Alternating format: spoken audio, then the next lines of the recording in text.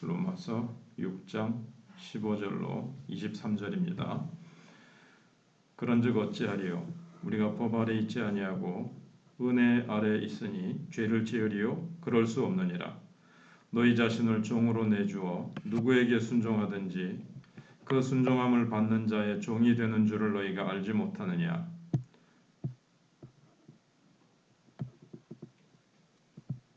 혹은 죄의 종으로 사망에 이르고 혹은 순종의 종으로 의에 이르느니라. 하나님께 감사하리로다. 너희가 본래 죄의 종이더니 너희에게 전하여 준 바 교훈의 본을 마음으로 순종하여 죄로부터 해방되어 의에게 종이 되었느니라. 너희 육신이 연약함으로 내가 사람의 예대로 말하노니 전에 너희가 너희 지체를 부정과 불법에 내주어 불법에 이른 것 같이 이제는 너희 지체를 의에게 종으로 내주어 거룩함에 이르라. 너희가 죄의 종이 되었을 때에는 의에 대하여 자유로웠느니라. 너희가 그때 무슨 열매를 얻었느냐? 이제는 너희가 그 일을 부끄러워하나니 이는 그 마지막이 사망임이라. 그러나 이제는 너희가 죄로부터 해방되고 하나님께 종이 되어 거룩함에 이르는 열매를 맺었으니 그 마지막은 영생이라. 죄의 삭은 사망이요 하나님의 은사는 그리스도 예수 우리 주 안에 있는 영생이니라. 아멘. 지난 시간에 이어서 사도 바울은 우리에게 아주 중요한 말씀을 던지고 있습니다. 우리가 죄에서 구원받았다면 우리가 어떻게 죄의 노예에서 벗어날 수 있는가를 생각해 봤습니다. 6장 후반부에서는 죄의 노예에서 벗어나는 것에서 만족하지 않고 어떻게 의의 종이 될 수 있는가 하는 문제를 다루고 있습니다. 하나님은 먼저 우리가 의의 종이 되기 원한다면 영적 전쟁의 실태를 이해해야 된다고 말씀하고 있습니다. 우리 모두는 예수 그리스도의 은혜로 죄의 노예에서 벗어났습니다. 축복입니다. 예수 믿기 전 우리는 죄의 노예였는데 우리는 타락한 본성으로는 이 죄에 대항할 수조차 없었습니다. 죄에 그냥 일평생 끌려다니면서 살아갈 수밖에 없는 그런 신분이었습니다. 그러나 주님이 이 땅에 오셔서 우리 대신 십자가에 달려 죽으심으로 죄의 값을 갚으심으로 우리는 죄의 노예에서 완전히 이렇게 벗어나게 됐습니다. 물론 아직 죄의 영향력은 있죠. 우리 속에 잔존하는 죄의 세력이 있긴 하지만 그래도 우리는 일단 법적으로 다 죄 사함 받게 되었고 죄를 이길 수 있는 능력이 우리 속에 은혜로 말미암아 주어졌다 그랬습니다. 나는 죄값을 갚은 적도 없고 죄에 대하여 나는 죽은 적이 없지만 하나님은 예수 믿는 순간 십자가에 달려 죽으신 예수님과 나를 연합시키셔서 예수님과 동일시 하셨습니다.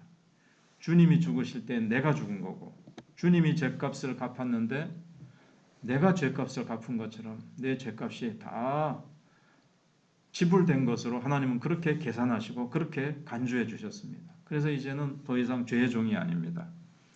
근데 이제 신분적으로 자유인이 됐다고 해서 모든 문제가 끝난 게 아닙니다. 우리는 이제 내부에 있는 이 나의 욕망과 싸워야 됩니다. 이게 아직 남아 있어요. 자녀의 신분을 우리가 얻게 됐는데 죄에 대해서 내가 죄에 대하여서는 죽었는데 내 안에 있는 잔존하는 죄의 세력이 아직 남아 있다는 거죠. 근데 이것마저 싹 없애버리셨으면 좋지 않겠습니까? 그러면은 죄를 전혀 안 짓는 사람이 되겠죠. 그럼 우리가 기도하겠습니까? 주님 앞에. 물론 이것은 더 깊이 생각해 봐야 될 문제입니다만 우선 상식적으로 생각해 봐도 우리 속에 죄의 잔존하는 세력까지 하나도 남김없이 100% 우리를 거룩한 존재로 만드시면 기도 안 해도 전혀 죄를 짓지 않는다. 주님을 의지 하지 않아도 전혀 죄를 짓지 않으면 기도 아마 안 할 겁니다. 주님 의지 안 할 거라고 생각이 돼요. 그 외에도 여러 가지 이제 이유가 있어서 우리의 유익을 위해서 십자가에 주님을 내주시기까지 우리를 사랑하셨는데 그거 뭐 얼마든지 그렇게 하실 수 있지만 그런 거죠. 그러면 이제 내 안의 죄는 언제 죽습니까? 물론 이제 우리가 100% 내 죄가 싹 사라지는 것은 죄와의 전쟁이 끝나는 것은 주님 품에 안길 때입니다. 근데 내가 주님과 연합했기 때문에 이 땅에 사는 동안에는 이 죄된 본성이 우리 속에 남아 있습니다. 그래서 나는 여전히 죄의 유혹을 당하는 거예요. 그래서 그때 이제 우리가 영적 전쟁을 치르고 주님 앞에 기도하고 성령을 의지하고 말씀을 붙들고 이제 이렇게 하는 거죠. 근데 육신에 이끌려서 죄의 신분에서 벗어나는데도 자꾸 육신의 종이 돼서 살아가면 어떻게 되겠습니까? 신분적으로는 자유인인데 여전히 현실에서는 죄의 노예와 같은 삶을 살 수밖에 없는 겁니다. 그래서 사도 바울이 우리에게 우리가 순종하는 대상의 종이 된다. 이 사실을 이제 일깨워 줍니다. 그래서 16절에 너희 자신을 종으로 내주어 누구에게 순종하든지 그 순종함을 받는 자의 종이 되는 줄을 너희가 알지 못하느냐. 혹은 죄의 종으로 사망에 이르고 혹은 순종의 종으로 의에 이르느니라. 여기 사망이라는 것은 성경에 이렇게 사망 나오잖아요. 로마서에서도 나오는데 딱 심장이 멈추고 이 육체의 죽음만 얘기하는 게 아닙니다.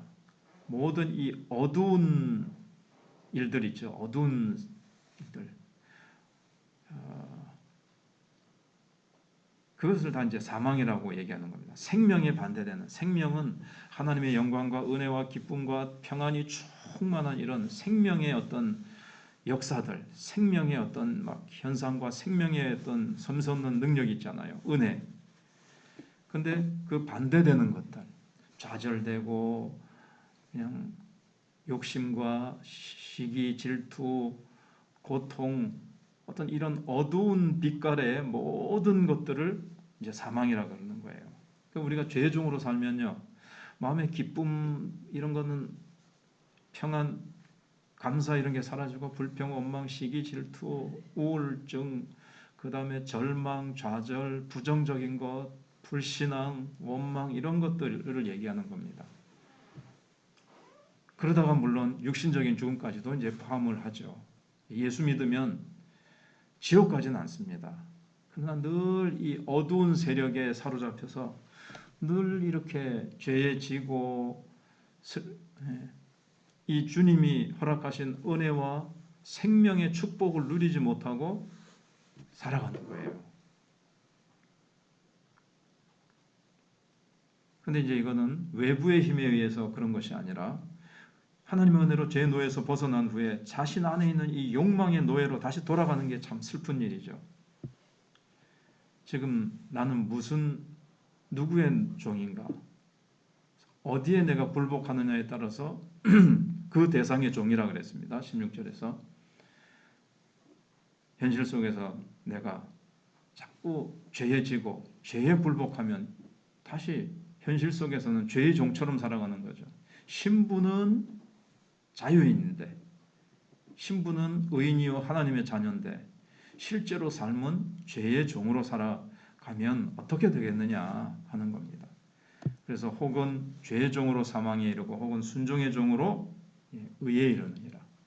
의라는 것은 또 이 기쁨과 감사와 하나님께 영광 돌리며 참 의로운 그 열매가 맺어지는 삶을 얘기하죠. 그래서 우리가 신분적으로 비록 구원받았다고 하지만 죄의 노예에서 벗어났다고 하지만 우리가 계속해서 우리 안에 있는 잘못된 욕망에 나를 갖다 바치면 안 된다는 거예요. 그럼 욕망의 노예가 됩니다.